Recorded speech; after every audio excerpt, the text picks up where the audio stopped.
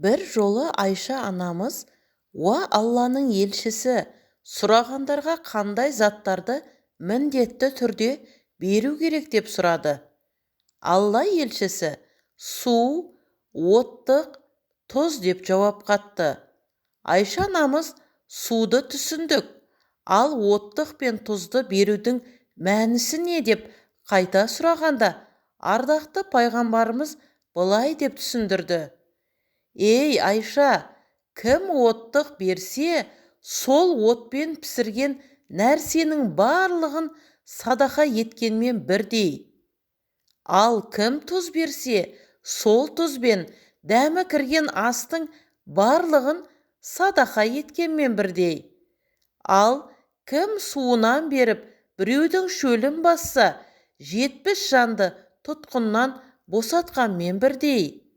Ал кім су тапшы бола тұра, суынан беріп, біреудің шөлін басса, өлген жанды тірілткенмен бірдей.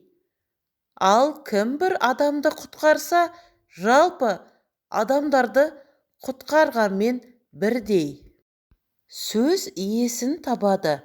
Бір күні бір адам Омар Хайамды жұрт көзінше, сен дінсізсің, сен арақ құмарсың, тіпті сен ұрысың деп балағаттапты. Оған жауап ретінде Омар Хайам жай ғана күлімдеп қоя салыпты. Осыны көрген бір бай, әдемі киініп алған адам, сен қалайша бұлай айтуына жол бересің, сенің намысың келмей ме деп таңдана сұрапты. Омар күліп, жүр менімен депті. Бай оған ілесіпті. Омар сарайына кіріп, ескі сандықты ақтарып, одан дымға жарамсыз жыртық қалатты тауыпты. Оны әлгі байға лақтырып, мынаны өзіңе өлшеп көрші, саған шақ болуы керек депті. Мұның маған не керегі бар? Менің киімім қымбат, әдемі екенін өзің көріп тұрған жоқсың ба? Сен шынымен жынданыпсың деп қалатты Омарға қайта лақтырыпты. Көрдің бе, сен жыртық ескі қалатты өзіңе сай көрмедің. Сол сияқты мен де маған айтылған балағат сөздерді өзіме сай көрмедім. Сені балағаттаған адамға ренжігенің, оның сөздерінің шындық екенін келіскенің деп жауап беріпті Омар. Бір бай болыпты. Оның отар қойы бола тұра садақаны қиналып аз береді екен. Бір жолы садақа ретінде ары қошақан береді.